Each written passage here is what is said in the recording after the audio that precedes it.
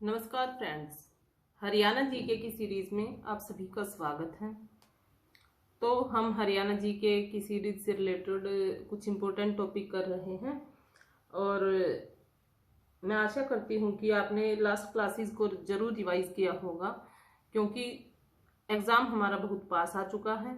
इसीलिए एग्ज़ाम में समय की कमी को देखते हुए हम अपने सारे टॉपिक्स को कम से कम समय में कवर करने की कोशिश कर रहे हैं। तो बिना कोई समय गवाए चलिए स्टार्ट करते हैं आज के अपने टॉपिक को। तो आज का हमारा टॉपिक है महाभारत से जुड़े इम्पोर्टेंट फैक्ट्स। महाभारत से जुड़े जितने भी इम्पोर्टेंट फैक्ट हैं वो हम इस वीडियो में कवर करेंगे। तो क्वेश्चन सेट होता है कि महाभारत का संकलन किसके द्वारा किया गया? तो वो किया गया वेद व्यास जी के द्वारा। किसके द्वारा किया गया? वेद व्यास जी के द्वारा किया गया। और कहाँ किया गया? सरस्वती नदी के किनारे किया गया। क्वेश्चन सेट होता है कि महाभारत कितने भागों में विभाजित है? तो कितने भागों में विभाजित है महाभारत? को है 18 भागों में। और महाभारत का युद्ध, ये तो सबको पता होगा कि महाभारत का युद्ध कितने दिन तक चला, लेकिन इसमें भी कई बार बच्चे कंफ्यूज हो जाते हैं, क्योंकि कई बार ऐसा होता है कि कुछ हम जिसको इजी मानकर चलते हैं उसी में हम कंफ्यूज हो जाते हैं। तो महाभारत का युद्ध चला 18 दिन। कितने दिन चला? 18 दिन। पहले महाभारत में कितने श्लोक थे? महाभारत में पहले श्लोक थे 8800 श्लोक थे। कितने श्लोक थे? 8800। जब इसमें 8800 श्लोक थे तो महाभारत को क्या बोला जाता था? जय संहिता। क्या बोला जाता था? जय संहिता। क्वेश्चन ये भी सेट हो सकता है कि जय संहिता किसका प्राचीन नाम है? तो वो है महाभारत का। या ये पूछ सकते हैं कि जब महाभारत में 8800 श्लोक थे तो महाभारत को क्या बोला जाता था? तो वो बोला जाता था जय संहिता। और क्वेश्चन ये भी सेट हो सकता है कि वर्तमान में कितने श्लोक हैं? जैसे पहले 8800 थे तो ये पूछ सकते हैं कि वर्तमान में महाभारत में कितने श्लोक हैं? वो हैं 1,00,000 श्लोक। ठीक है। ये जो है महाभारत का युद्ध ये कब हुआ? तो क्वेश्चन सेट हो सकता है ये महाभारत का जो युद्ध है वो कब हुआ? तो वो हुआ 900 BC में, 900 ईसा पूर्व में। महाभारत का युद्ध हुआ 900 ईसा पूर्व में। ये किसने बोला है? ये रोमिला थापर जी के अनुसार है कि महाभारत का युद्ध 900 ईसा पूर्व हुआ। अब हम लेंगे गीता के उपदेश को।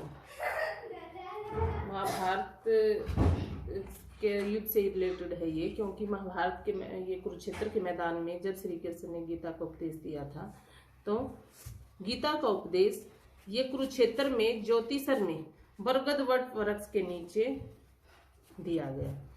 तो क्वेश्चन सेट होगा कि गीता का उपदेश कहाँ दिया गया? ये तो खैर सब जानते हैं कि कुरुक्षेत्र में दिया गया और ज्योतिसर में दिया गया, लेकिन इस वृक्ष का नाम पूछ सकते हैं कि किस वृक्ष के नीचे दिया गया गीता का उपदेश?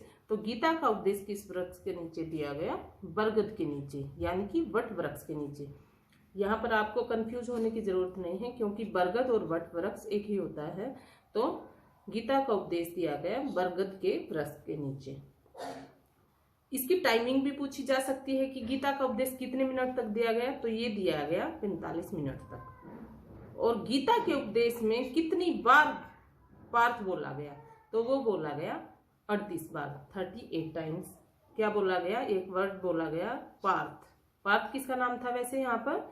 तो पार्थ था अर्जुन का नाम, क्योंकि श्री कृष्ण अर्जुन को पार्थ बोलते थे। तो गीता के उपदेश में क्वेश्चन बन सकता है कि गीता के उपदेश में कितनी बार पार्थ बोला गया? तो वो बोला गया 38 बार। और गीता का उपदेश दिया कब गया था? दिया गया था ये रविवार को। गीता का उपदेश कब दिया गया था? रविवार को। और महाभारत के बाद 4 गणराज्यों बांटे गए थे। महाभारत के बाद जो महाभारत का युद्ध था उसके बाद 4 गणराज्य बांटे गए थे। तो इन गणराज्य से भी हर एग्जाम में क्वेश्चन बनता है कि जो ये 4 गणराज्य बांटे गए थे वो कौन कौन से हैं? तो पहला तो है हमारा कुणिंद गणराज्य। कौन सा गणराज्य है? कुणिंद गणराज्य। और दूसरा है योद्धे गणराज्य, तीसरा है अग्र गणराज्य और चौथा है अर्जुनायन गणराज्य। तो फर्स्ट है कुणिन गणराज्य और दूसरा है योद्धे गणराज्य, थर्ड अग्र गणराज्य और फोर्थ है अर्जुनायन गणराज्य। तो इनकी राजधानी पूछी जा सकती है, ये मैच करने का सवाल यहाँ पर बन सकता है कि कुणिन गणराज्य की राजधानी क्या है, वो है अंबाला। कुणिन गणराज्य की राजधानी क्या है, अंबाला।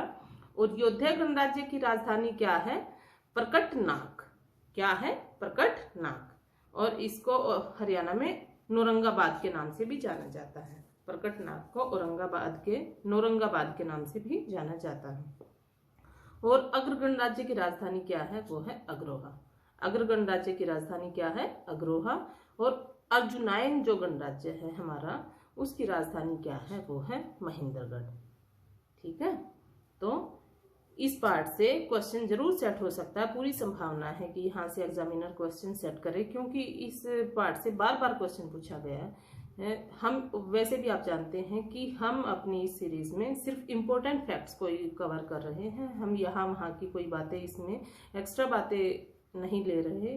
तो इसीलिए जितने भी मैं आपको पॉइंट्स करा रही हूँ, प्लीज उन पॉइंट्स को स्किप ना करिए, क्योंकि ये पॉइंट्स आपके एग्जाम के अकॉर्डिंग बहुत ही इम्पोर्टेंट है। ओके, तो कुणिन गणराज्य के एक बार और देखते हैं हम कि इनकी कौन कौन सी राजधानी है।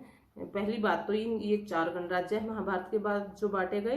तो कुणिन, योद्धे, अग्र और अर्जुनायन। कुणिन की राजधानी अंबाला, योद्धे की है प्रकटनाग और इसको नौरंगाबाद के नाम से भी जाना जाता है। अग्र की है अग्रोहा, अर्जुनायन की क्या है, महेंद्रगढ़। अर्जुनायन की है महेंद्रगढ़। ओके, तो इसके बाद लेते हैं कुछ इंपॉर्टेंट क्वेश्चन जो कि एग्जाम्स में पूछे गए हैं।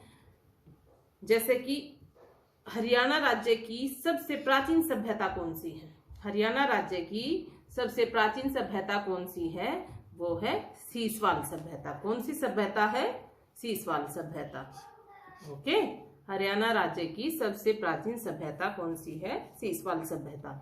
और ये सीसवाल सभ्यता कब से कब तक रही, ये क्वेश्चन बन सकता है कि सीसवाल सभ्यता कब से कब तक रही। तो ये रही 1500 से 500 BC तक। 1500 से 500 ईसा पूर्व तक रही सीसवाल सभ्यता। और सीसवाल सभ्यता के अन्य नाम है हमारे पास। तो सीसवाल सभ्यता को कई अन्य नामों से भी जाना जाता है, जैसे कि नवपाषाण कालीन सभ्यता, कृषि युगीन सभ्यता और ग्रामीण सभ्यता। तो क्वेश्चन ऐसे भी सेट किया जा सकता है कि सीसवाल सभ्यता को किस किस नाम से जाना जाता है। तो 3 आपको ये नाम दे दिए जाएंगे, एक और चौथा नाम और दे दिया जाएगा। तो आपको उसमें से उसको कट करना होगा। और यह ऐसे भी पूछा जा सकता है कि नवपाषाण कालीन सभ्यता के नाम से किस सभ्यता को जाना जाता है, तो सीसवाल सभ्यता के नाम से। ठीक है, तो क्वेश्चन किसी भी तरह से सेट कर सकता है एग्जामिनर। तो आपको इसको बहुत ही ध्यान से इसको याद रखना पड़ेगा। सीसवाल सभ्यता के समकालीन अगर ये पूछा जाए कि सीसवाल सभ्यता किसके समकालीन थी, तो वो थी उत्तर वैदिक काल के समकालीन। किसके समकालीन थी, उत्तर वैदिक काल के समकालीन। और उत्तर वैदिक काल कब से कब तक था, वो था 1000 से 500 BC तक। तो ये थे हमारे कुछ इंपॉर्टेंट पॉइंट्स हरियाणा जीके से जुड़े हुए। तो ऐसे ही और वीडियोस के लिए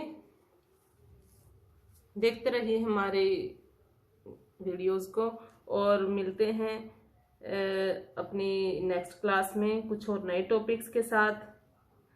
तो लगे रहिए, रिवीजन करते रहिए। और अगर आपको क्लास अच्छी लगी हो तो हमारे चैनल को सब्सक्राइब करें, लाइक करें और अपने फ्रेंड्स को शेयर जरूर करें। तो मिलते हैं अपनी नेक्स्ट क्लास में, तब तक के लिए थैंक यू, गुड बाय।